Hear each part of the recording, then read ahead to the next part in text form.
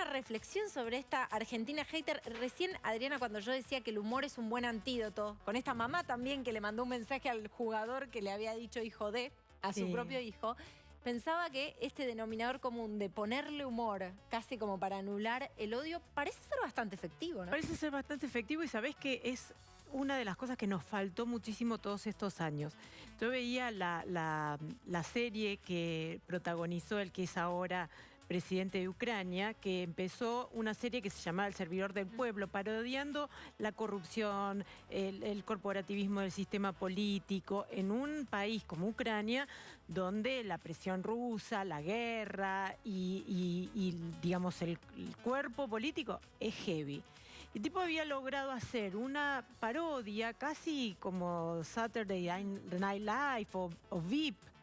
Pero nosotros no nos pudimos reír de la política, no nos pudimos reír. Quizás hay sátiras, ¿viste? En PPT hubo algo de eso. Sí, pero vos es que es una digamos, hay algo en PPT, hay algunos sitios, hay algunos medios digitales, pero no hemos logrado hacer un humor como, por ejemplo, el de Tato Bores, que se podía reír de todo, claro, ¿no? También el humor está en la grieta. Entonces hay cosas que te reís y que no te causan gracia, sí, y a la inversa. Y el Estado acá también presionó mucho a los medios para que no haya sátiras o chistes sobre el poder, que es increíble. Exactamente, y eso también pasó en otros países, en el sentido de cómo el humor visto como una forma de sacralización también era como una amenaza del poder.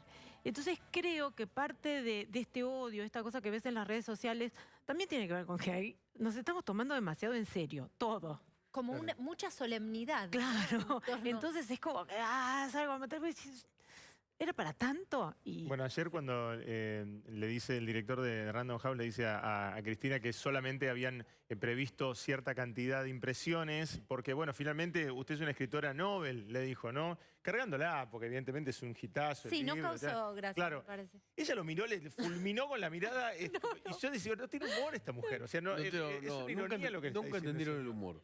Y le pasa la inversa también. A veces me pasa, viste, tratando estos temas en las clases, los alumnos te comparten humor y la mayor parte no los puedo a su vez retuitear porque sé que heriría la susceptibilidad de otra persona. Entonces, digo, esto obviamente sin desmerecer lo que pasa, pero es como una cadena de tomarse todo demasiado en serio, todo con una gravedad que no la tiene, porque en un punto a veces, que es un poco lo que pasó en Latinoamérica, esta cosa de que no se podía, y de hecho no se puede en Venezuela decir nada. Hay una legislación contra el odio. Hay una ley en Venezuela que se llama Ley de Responsabilidad Social de los Medios de Comunicación, que estaba en Ecuador, que fue derogada, que está vigente desde 2004.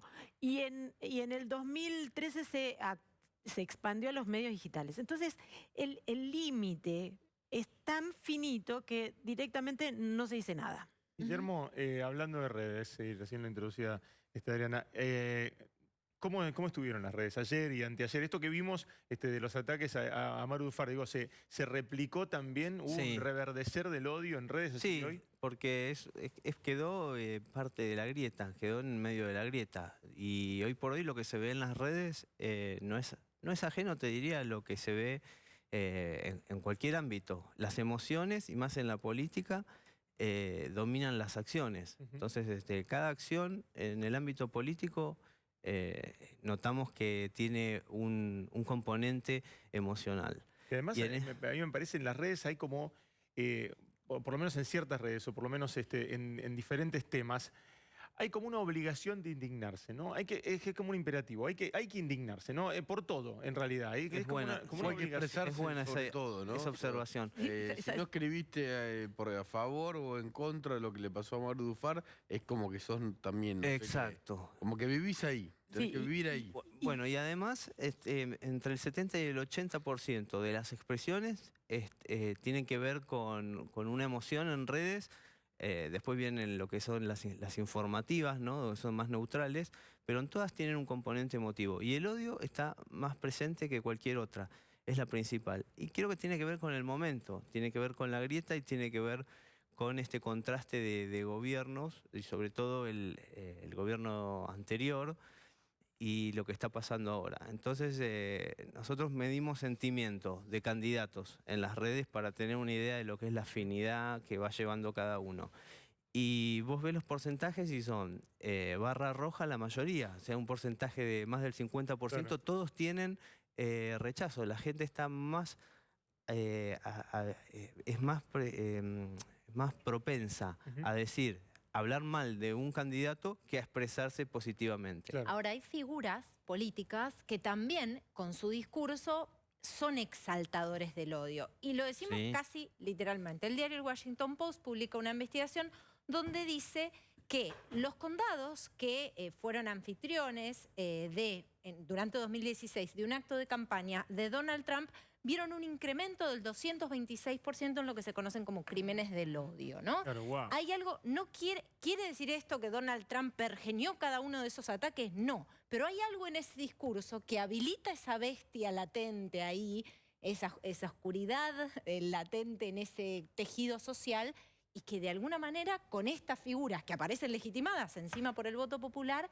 se desatan con toda su furia. Sí, también es cierto que ahora nos estamos todos sorprendidos y azorados con la agresividad de Trump, pero nosotros venimos también de líderes, por supuesto, que digamos, expresan su expresión sin entender que eso tiene un rebote en la gente. Las agresiones a periodistas en Latinoamérica, pero especialmente en Argentina, aumentaron cuando son propiciadas por las manifestaciones. Es decir, es el sujeto que más aumentó como responsable de las agresiones a los periodistas. Y entonces te encontrás en un continente en donde la protesta social se ha convertido en una forma de expresión de la ciudadanía y a la vez un lugar riesgoso para cubrirla. Claro. Entonces ahí hay una paradoja, porque la protesta también necesita del periodismo y de que eso se convierta en noticias para tener peso en el poder. No es visible, es una si paradoja. no es visible. Entonces, también de alguna manera, generando este rechazo. Y otro dato también muy interesante, que también explica un poco lo que pasó ayer, y es que las mujeres son más agredidas en las manifestaciones que los hombres. De alguna manera también eso te marca porque muchos de los cronistas que había de otros canales o incluso no tuvieron agresiones y sí salta pasó todo, salta xenofobia, machismo, salta todo junto. Salta todo junto. Entonces, es cierto que como expresaba, las emociones son, ¿no?, el eje en las redes sociales.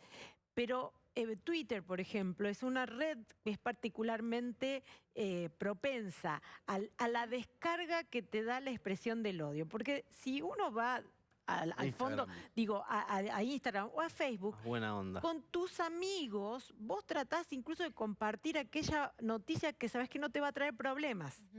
Porque no te querés pelear.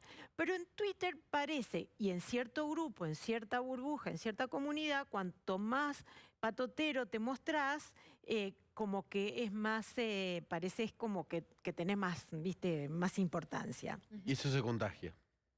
Sí, y hay otra teoría también, volviendo a lo que decía Adriana, que es interesante y que explica un poco lo que pasó ayer, que dice, y sobre todo es de ciencia política y aplicada a opinión pública, que entre otras cosas dice que los individuos somos propensos a adaptar nuestro comportamiento a actitudes de las mayorías. Claro. Entonces el ámbito donde vos sabés que... Hablábamos del fenómeno manada, ¿no? Claro, no es... claro. ¿Eso está explicado? Se le diría cobardía, ¿no? Porque hay gente que no se anima a no ir a donde le señalan lo de un dedo que vaya. Es un ámbito donde todos se sienten que una actitud hostil, hacia el caso de ayer de María Eugenia, iba a ser bien vista y generó un efecto contagio, se vio. Sí. Así que eso creo que lo explica y está también explicado desde la neurociencia. Y aparte escala, ¿no? O sea, uno agrede, el otro quiere agredir más, el otro piensa que tiene que agredir más para quedar mejor en ese grupo de agresores. Sí, pero también lo contrario es cierto. Es decir, que cuando vos estás en un ámbito en donde hay un agresor y todos le devuelven una sonrisa, el agresor se modera. Claro, Hay medios americanos que han medido la cantidad, digamos, el efecto que genera en un chat o en los comentarios de los lectores muy agresivos, la participación del propio periodista. Y automáticamente desciende el 60% el nivel de agresividad. Porque una cosa es vos estar en un ámbito en donde todos a ver quién grita más fuerte y en donde viene uno y dice... ubícate, no estamos así. Entonces, creo que es importante también entender eso. Es muy difícil. Yo digo, no quiero personalizar, pero... Es muy difícil, pero también es cierto que empezamos un ciclo electoral y que todos tenemos un poco de responsabilidad, aun cuando uno diga, él empezó, ¿no? Como en el colegio, señorita, él empezó. Es muy importante que todos tomemos conciencia de que más que nunca es necesario que seamos súper prudentes. Yo sé que cuesta muchísimo, es casi ser Gandhi Twitter, ¿no? Pero bajar el nivel de agresividad, y te diría que es algo que tenemos que exigirle a la dirigencia hoy. Porque no lo condenan de arriba, ¿viste? Digo, o sea, el tipo lo tiene que condenar también. Vos fíjate que ayer unánimemente todos salieron a condenar el ataque de la mañana al diputado y estaba muy bien. No vi esa unanimidad para condenar una situación que genera violencia y que pone en riesgo a alguien que está cubriendo algo que además era importante que fuera conocido. Ahora, yo me preguntaba, ¿no? La semana pasada, justo que se celebraba el Día Mundial de la Libertad de Expresión, veía los números de este famoso, digamos, ese famoso mapamundi que da a conocer Reporteros Sin Fronteras, lo mal que está nuestra región. Tenemos que hablar de una situación crítica para ejercer el periodismo en México. Vos hablabas de lo que vivieron los periodistas. Recuerdo el diario El Universo con ese juicio ridículo al que lo sometió Rafael Correa, el presidente, bueno, ahora está fuera de Ecuador, ¿no? Bueno, la situación en Venezuela pareciera como que nos importa la libertad de expresión como conceptualmente, como si fuera el sexo de los ángeles, como una gran abstracción, pero a la hora de decir, che, no, cada uno tiene derecho a expresarse libremente y esto es un valor de la vida democrática, no somos tan contundentes. No somos tan contundentes, y te digo algo, ese ranking es muy importante, pero es un ranking que mide agresiones clásicas, es decir, las agresiones del poder a los periodistas. Estamos viviendo tiempos en donde las agresiones son de los propios ciudadanos a los periodistas. Más horizontal. Le mando un saludo, perdón, al taxista que ayer en la puerta del hipódromo me gritó gordo muerto de hambre. Eso es una contradicción. O soy gordo o estoy muerto de hambre. Bueno, pero además, ¿viste? Te lo digo además bien. Condenan se lo dije todo. ayer. Así. Además condenan todo. Porque, por ejemplo, a mí una vez me dijeron bolsa de huesos, cosa que me pareció muy graciosa en Twitter, pero no hay cómo estar bien, porque si no es por estar robusto, es por estar muy flaco. No, a mí me dijeron vieja y eso me duele muchísimo.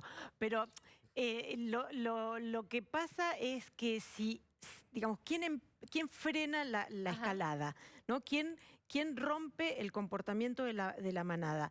Y sé que es muy difícil, y sé que es muy difícil incluso depurar las redes, porque una vez que se te llenó de haters, el algoritmo piensa que te gusta tener amigos haters. Entonces, te trae más de eso. Te trae más de eso. Entonces, ¿cómo tenés que hacer como una especie de terapia de shock, de desintoxicación durante... Yo le digo radiador a eso, porque se te pegan todos los bichos. Exactamente. Entonces tenés que hacer alguna terapia de depuración para empezar de nuevo y para decir, bueno, a partir de ahora necesito tener un compromiso de civilidad. Y si ese compromiso, viste que está de moda esto de hablar de los 10 puntos políticos y todos hablan de grandes temas, no vienen los 10 puntos en ninguna de los participantes, un pacto de civilidad y de buen comportamiento en la política, en la campaña, en las redes sociales. Ninguno de los candidatos que está discutiendo por sus 10 puntos está discutiendo por ese. Y creo que es importante. Lo firmaron en Uruguay, lo firmaron en España, lo firmaron en México, porque es hoy... Y es algo que no mide Reporteros Sin Fronteras, pero que es lo que te determina una campaña. Vos lo decías ayer. Es increíble. Vos lo decías ayer. Un pacto de civilidad.